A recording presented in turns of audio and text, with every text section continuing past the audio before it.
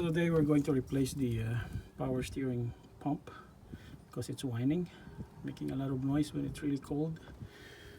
I think the seals on this are leaking because when I clean it out with the brake cleaner the other time, this one is like all clean.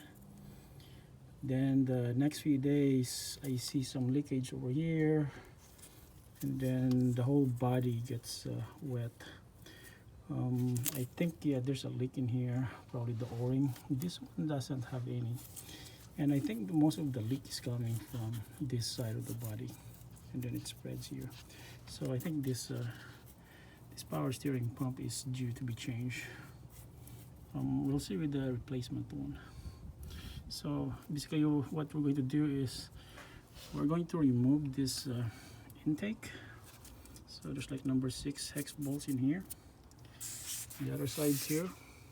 Then we're gonna loosen the PCV valve here. There's like 2 10mm bolts down here. I think this is very accessible. You don't need to remove the mount. You don't even need to remove the hoses. And once these bolts are all out, we could just like lift this up slowly. Careful about the hoses in here. I think this one, yeah, this one needs to be disconnected.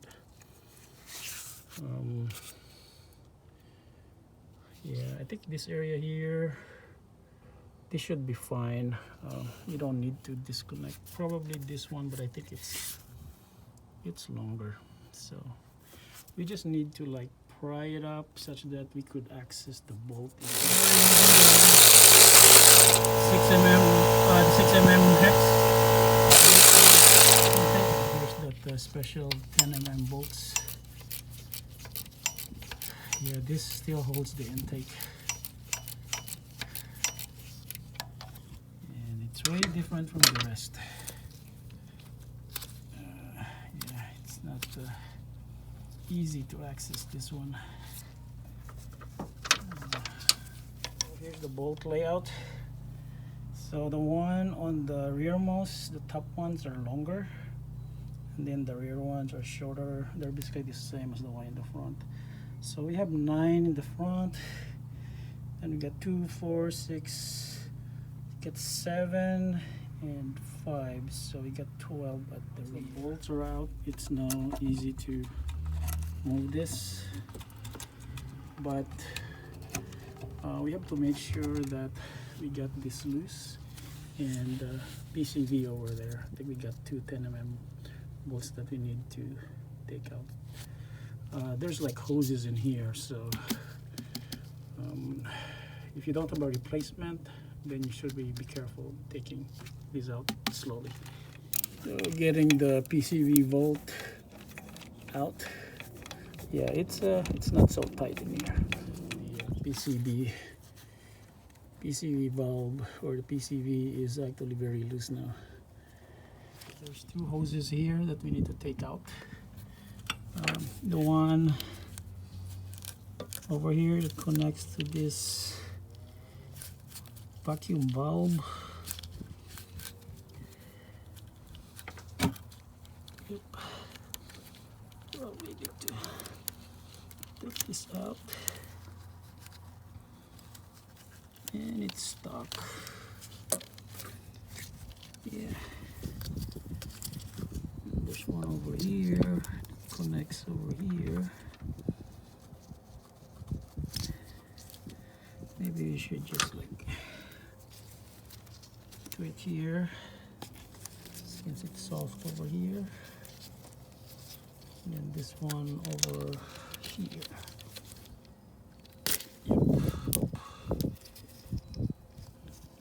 Yep. So it's easy not to misplace the routing. We know that this one goes over here, and this one goes over this one. And the hose taken off, and this pressure line taken off too. Yeah, it's easy. Once you remove this, you have more space to take this out.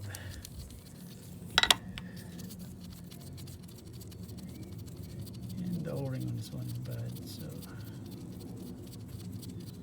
we need to replace that.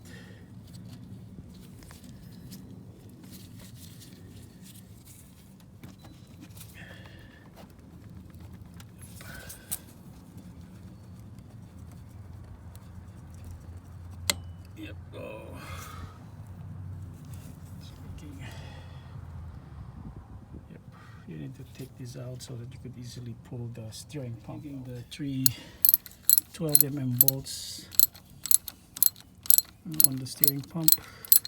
So the third one is down there, but you just rotate the pulley. This bolt, one over here, this is really hard to take out. You cannot see it properly, and then I have to like jack up the intake. I don't know what will happen to the vacuum hoses over there. It's possible that I might get an intake plate after this. It's loose, so I could actually pull it straight up. I got it out, and look at that mess over there. So much oil leak.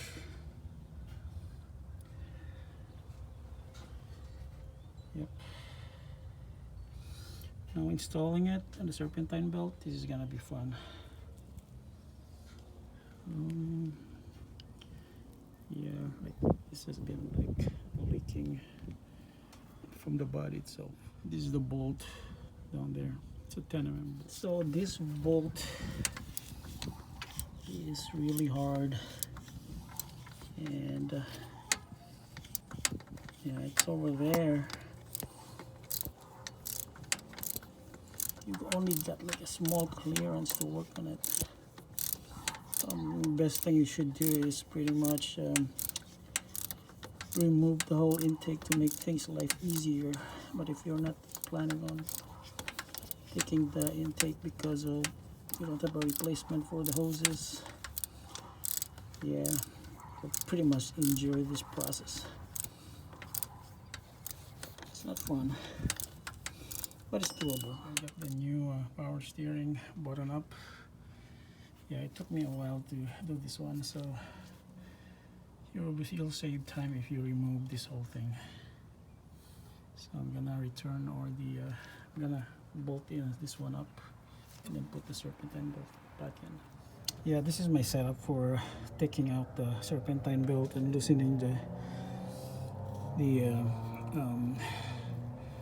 tensioner, the belt tensioner. There's a 19mm bolt over there.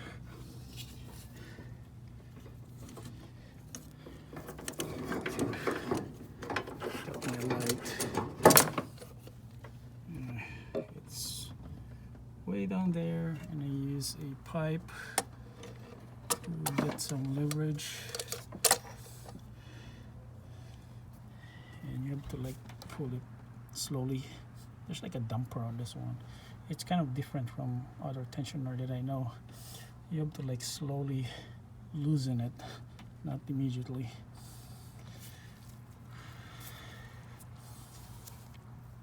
So I'm gonna loosen this one and take the pipe out. And, that's my 19mm. I'm ready. So what I'm going to do is put the hose back in and tighten the bolts all around tomorrow, or there's daytime when I could check the surroundings if the gasket is still okay. And I'll continue this tomorrow. Still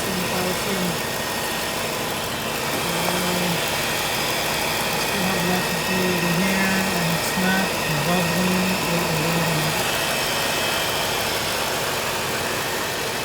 we're gonna bleed it. Let's do a test drive with the new power steering pump. Look at that. No bulb failure.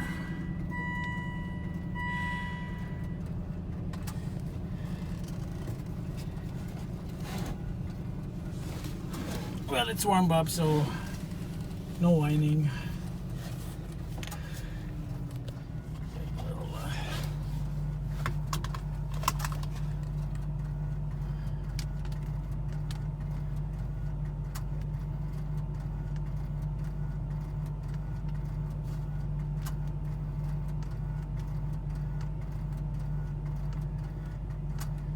Yeah, I got delayed because of the Homelink stuff. There was actually a a hose blocking the sensor, so I thought my home link is bad.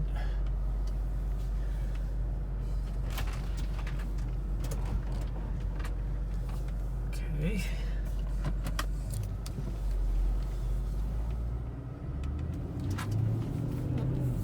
Oh yeah, that's way better. No whine.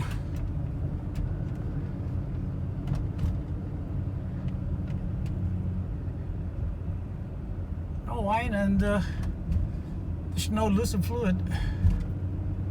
Yep. I think I have so many fluid in there that when I tried to bleed it, it didn't even like drop down a lot. So yep, this sounds pretty good, and transmission is acting better now with the ice and fluid, so it's gonna take a while. It's probably like around 149 miles.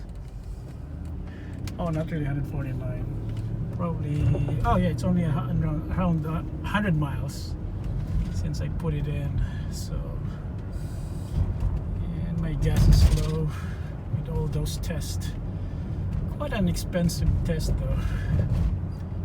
But yeah, the icing smooth out the bar shift. There's still some what they call that, shudder, and I think I'm going to add lube guard red on this one. Yeah, I think it has shudder before, and I don't think plain icing or the OEM fluid would help with that shudder. I think this transmission's torque converter is quite old already, so yeah, around 150,000 miles. It's done its job already. I don't know when the torque converter will last, but for now the fluid actually works. So it's possible that I might not even use the lube guard at all. Probably it's not necessary. But yeah, even the LED headlights, it's working fine too with the load resistor.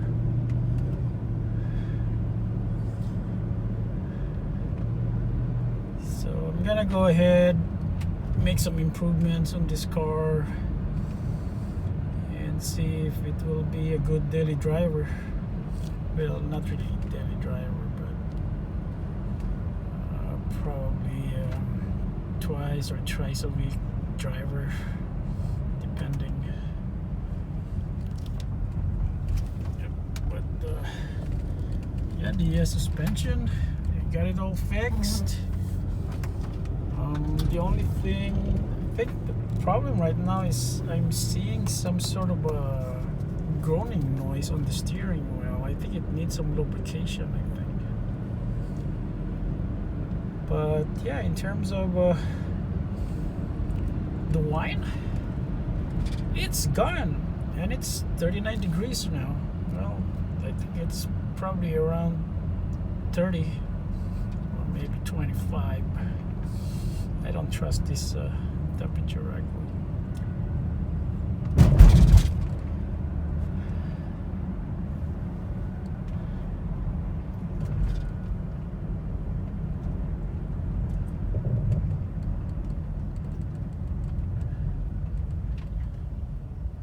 Yeah, probably it's time for me also to think about replacing the tires on this one. But so far so good. Things are going well on this truck. Oh yeah, I still have to fix the this sensor over here. I think it's broken. I get a code for that. The code for that I think is CCM 004 or something, which which is a code for a bad thermistor. I think they try to clean it because it takes a while to heat. It will heat eventually, but it takes a while. Yeah, what I usually do is I just turn on the what do you call that, the defroster in the front, so that I'll get like warm air immediately or fast enough. But yeah, the thermostat or the temperature sensing in the cabin doesn't really work well because that thermistor, I think it's broken. They try to poke something on it to clean it, but I think they poked so hard that it broke the wire there.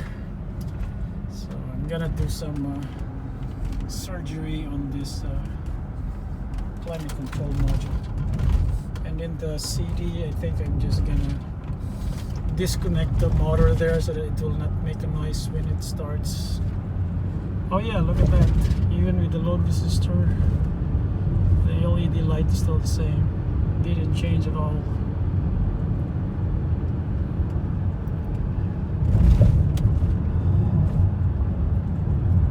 And we are approaching likely a hilly road, and I haven't experienced any shatter yet.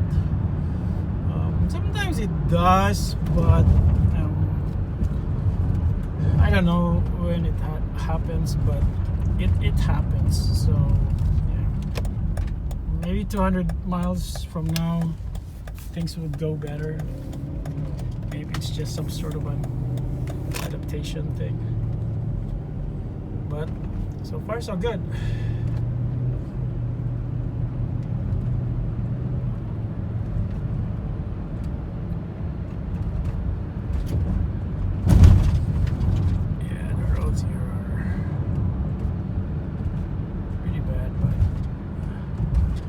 One way to test if your suspension's fixed. Actually, the other sway bar end link is bad, but it's not really like bad as in like making a clunking noise. It does make a clunking noise because it's loose a little bit, but I can get the hell out of it because it's stuck. Yeah, the one that the bolt that attaches to the suspension, the strut, that's the one that's stuck. The one on the sway bar is not stuck at all, so might have to probably do some grinding on that one. But yeah, I have to end this video now. So far so good.